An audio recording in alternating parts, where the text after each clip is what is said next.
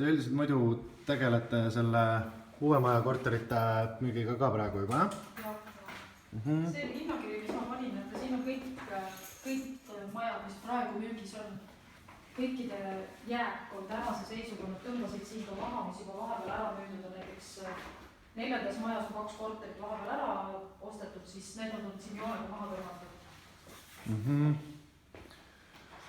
Et siin on praegu see, mis te sinna kaante vahele saite, see on aktuaalne seis tänase päeva seisuga.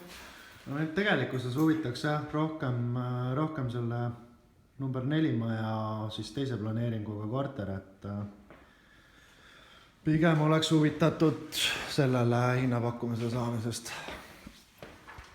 Missugust te mõtlete praegu? Tulen, et see korteri number kohe laksust pähe, see peaks olema siis vaatega sinnapoole. Selles siit vaadates parempoolse nurgapealne korter. Just. Et kolme on kas 17 või 14. Üks on hästi suure rõduga. 25,6. Ma ei mäleta seda vaadet praegu.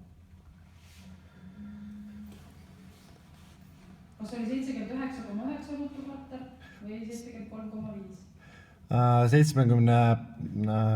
73,5 minu teada me vaatasime. See on 164,900, jah? Korter 17 on see. Jah. Kolmas korrus küll, sest see nurgapealne see. Ja noh, igal juhul parkimise ja panipaigaga, et sellele soovite pakkumist? jah.